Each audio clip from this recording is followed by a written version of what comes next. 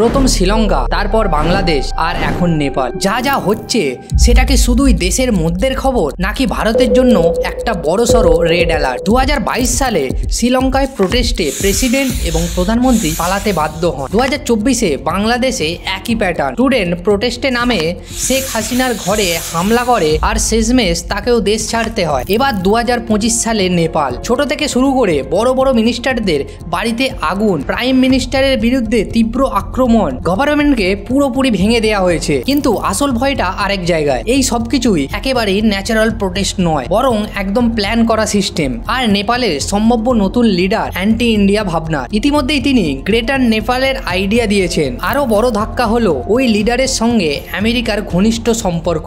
একদিকে ইউএস তাকে আমন্ত্রণ জানিয়েছে, অন্যদিকে তারা একসাথে মিলিটারি প্রোগ্রাম করার প্ল্যানিং করছে। মানে একদিকে চীন পাকিস্তানকে আর অন্যদিকে ইউএস নেপালকে ব্যবহার করে ভারতের চারপাশে এক নতুন চক্রব্যূহ তৈরি করছে। যদি প্যাটার্নটা দেখেন, শ্রীলঙ্কা, বাংলাদেশ আর এখন নেপাল সব মিলিয়ে ইন্ডিয়াকে চারিদিক থেকে ঘিরে ফেলার এটা যেন এক মাস্টার প্ল্যান। তাহলে আপনার মতে এই ঘটনাগুলো কি কেবল কাকতালীয়, নাকি ভারতের বিরুদ্ধে চালানো কোনো গেম প্ল্যান? কমেন্টে লিখে জানাবেন। আর ভিডিওটা ভালো লেগে থাকলে অবশ্যই সবার সাথে শেয়ার করবেন।